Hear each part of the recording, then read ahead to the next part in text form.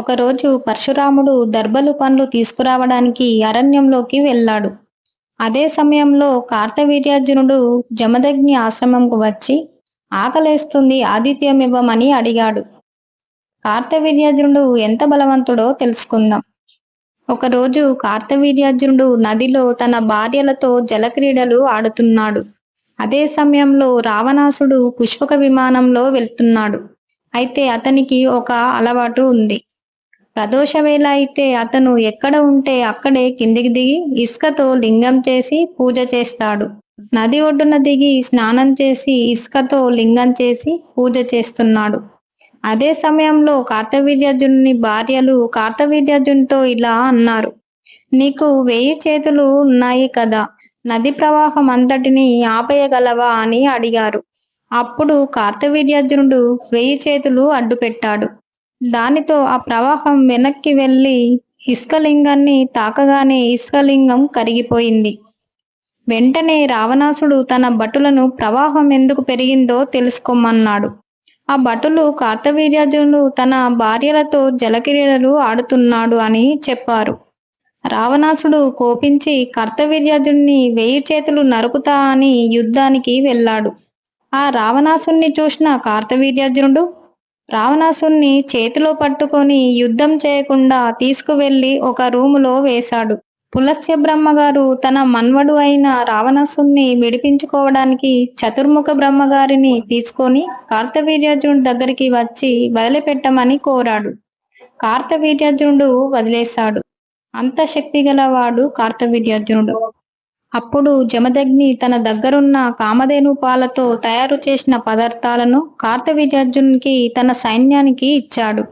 ఆ కామధేనును చూసిన కార్తవీర్యార్జునుడు ఈ కామధేనువు నా దగ్గర ఉండాలని చెప్పి దూడను అక్కడే వదిలేసి ఆ కామధేనువును తీసుకొని వెళ్తాడు. అప్పుడే పరశురాముడు వచ్చాడు. అరుస్తున్న దూడను బాధగా కూర్చున్న తన తండ్రిని చూసి ఏమైందని అడిగాడు. జమదగ్ని కార్తవీర్యార్జునుడు కామధేనువును తీసుకువెళ్ళాడని చెప్పాడు. వెంటనే పరశురాముడు కోపంతో పరిగెత్తుతూ కార్తవీర్యార్జునుడు తన సైన్యంతో కామధేనువును తీసుకువెళ్తున్న రాజ్యానికి వెళ్ళాడు. పరశురాముడు కార్తవీర్యార్జునుడిని ఆవును వదిలిపెట్టమని అడిగాడు. కానీ కార్తవీర్యార్జునుడు వదిలిపెట్టక పరశురాముణ్ణి హేళన చేశాడు. దానితో పరశురామునిలో ఉన్న విష్ణు శివ ఆవేశాలు బయటకు వచ్చి కోపంతో కార్తవీర్యార్జునుడితో యుద్ధానికి వెళ్ళాడు. అతను వేస్తున్న బాణాలని పడగొట్టి అతని 1000 చేతులను తలని నరికాడు. తర్వాత పరశురాముడు ఆవును తీసుకొని ఇంటికి వెళ్ళాడు. తన తండ్రి అయిన జమదగ్నికి జరిగింది చెప్పాడు. దానితో జమదగ్ని ఆశ్చర్యపోయి, రాజ్యాన్ని పరిపాలించే రాజును చంపావు, కావున పాప పరిహారం కోసం భూమండలమంతా తీర్థయాత్రలు చేసి రమ్మన్నాడు. కొన్ని రోజులు పరశురాముడు తీర్థయాత్రలు చేసి ఇంటికి వచ్చాడు. అలా కొంతకాలం గడిచిపోయింది. పరశురాముడు దర్భలు తేవడానికి అరణ్యంలోకి వెళ్ళాడు. అదే సమయంలో జమదగ్ని ముని దగ్గరికి కార్తవీర్యార్జుని కుమారులు వచ్చి జమదగ్ని మునిని చంపారు.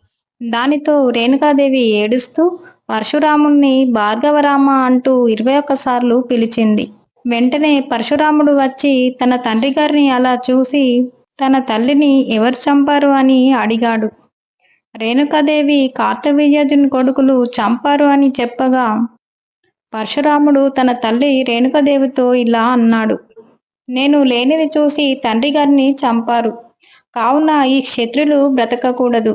నువ్వు 21 సార్లు నన్ను ఏడుస్తూ పిలిచావు, కావున 21 సార్లు భూమండలమంతా తిరుగుతూ క్షత్రుడు అనేవాడు కనబడితే చంపుతాను, గర్భస్థ పిండంను కూడా వదలను అని చెప్పి వెళ్ళాడు. భూమండలమంతా తిరిగి క్షత్రులను చంపి వారి యొక్క బ్లడ్ని తీసుకెళ్లి కురుక్షేత్రంలో 5 చెరువులను తవ్వి 5 చెరువులలో ఆ క్షత్రియుల బ్లడ్తో నింపాడు.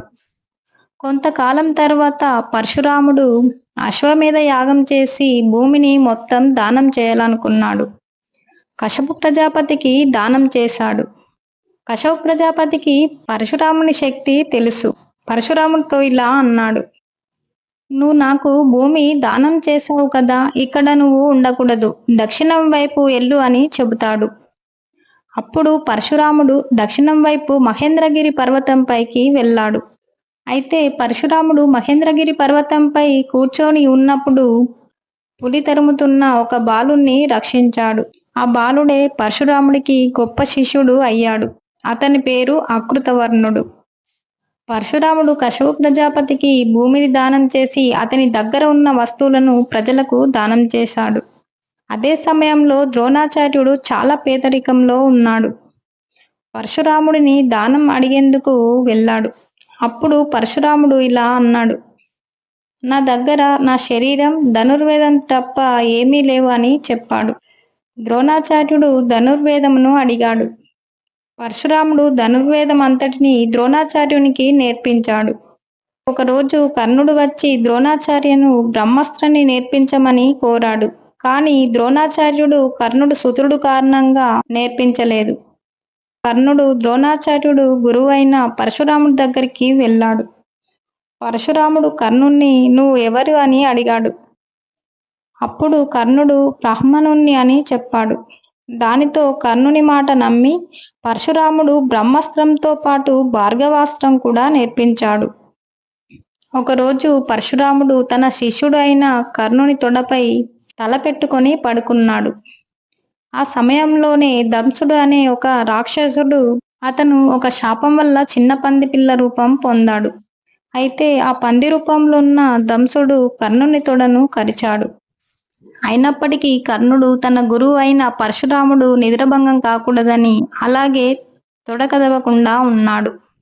తొడ నుండి వస్తున్న బ్లడ్ పరశురాముడి భుజం కిందికి వెళ్ళగా వేడిగా అనిపించి పరశురాముడు నిద్రలేచి కర్ణుని తొడను కరుస్తున్న పంది పిల్లను చూశాడు.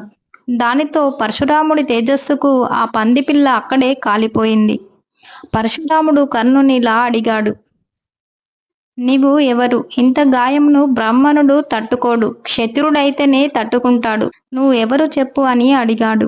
అప్పుడు కర్ణుడు నేను సుతుడను అని చెప్పాడు. దానితో పరశురాముడు కోపించి, నువ్వు నా దగ్గర అబద్ధం చెప్పి అస్త్రాలను పొందావు, కావున నీకు ఇవి ఆపద సమయంలో పనిచేయకుండా ఉండునుగాక అని శపించాడు.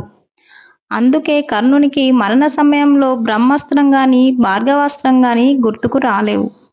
అలా కొన్ని రోజుల తర్వాత పరశురాముడు తన తాతగారికి విష్ణుమూర్తి ఇచ్చిన విష్ణు చాపాన్ని పట్టుకొని అడవిలో వెళ్తుండగా దశరథ మహారాజు, శ్రీరాముడు, సీతమ్మ ఎదురొచ్చారు. పరశురాముడు శ్రీరాముడితో ఇలా అంటాడు: శివుడు ఇచ్చిన శివధనుసును ఎక్కుపెట్టినట్టు వాడివి విష్ణుధనస్సును కూడా ఎక్కుపెట్టు అని హేళన చేస్తూ అన్నాడు. అప్పుడు శ్రీరాముడు వెంటనే ఆ చాపాన్ని తీసుకొని బాణాన్ని ఎక్కుపెట్టి పరశురామునితో ఇలా అంటాడు: తండ్రి కోసమని అంతమందిని చంపావు కాబట్టి చాలా గొప్పవాడివి, కానీ నేనెవరో కూడా తెలుసుకోవాలనుకున్నావు. బాణాన్ని ఎక్కుపెట్టాను. ఈ బాణాన్ని విడిచిపెట్టాల్సిందే. దీనిని విడిచిపెట్టకుండా ఉండడం కుదరదు. కాబట్టి ఈ బాణాన్ని వేసి నువ్వు సంపాదించుకున్న అక్షయ పుణ్యాల్ని పడగొట్టాలా, లేదా నీ గమన శక్తిని పడగొట్టాలా? బాణం వేస్తే ఇక నడవలేవు. రెండింట్లో ఏది కావాలో కోరుకో అని అడిగాడు. అప్పుడు పరశురాముడికి అర్థమైంది. విష్ణుమూర్తి అగస్త్యాశ్రమంలో ప్రత్యక్షమై చెప్పాడుగా, భవిష్యత్తులో విష్ణు చాపాన్ని ఎవరు పట్టుకుంటారో అప్పుడు నీ ఆవేశాలు అన్నీ తొలగిపోయి మహేంద్రగిరి పర్వతంపై తపస్సు చేసుకుంటూ కూర్చుంటావని.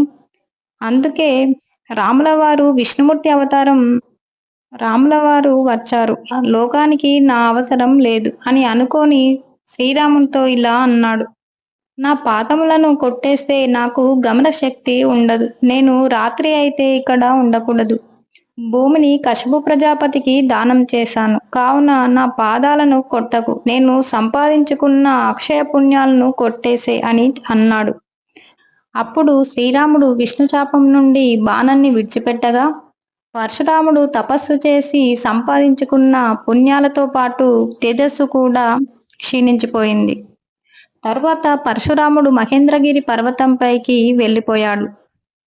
అప్పుడు పరశురాముడికి పితృదేవతలు అందరూ కనబడి ఇలా అన్నారు: కార్తవీర్యార్జునుడి కుమారులు జమదగ్ని చంపారని భూమండలమంతా 21 సార్లు తిరిగి క్షత్రులందరినీ చంపావు, కాబట్టి ఒక వరమిస్తున్నాం. దక్షిణం వైపు మదోసర అనే నది ఉంది. ఆ నదిలో నువ్వు స్నానం చేస్తే విష్ణు చాపం నుండి విడిచిపెట్టిన బాణం వల్ల నువ్వు పోగొట్టుకున్న అక్షయ పుణ్యాలు, తేజస్సు తిరిగి వస్తాయని చెప్పారు. దానితో పరశురాముడు వధువసర అనే నదిలో స్నానం చేయగా పుణ్యాలు, తేజస్సు తిరిగి పొందాడు. అప్పటి నుండి మహేంద్రగిరి పర్వతంపై తపస్సు చేసుకుంటూ కూర్చున్నాడు.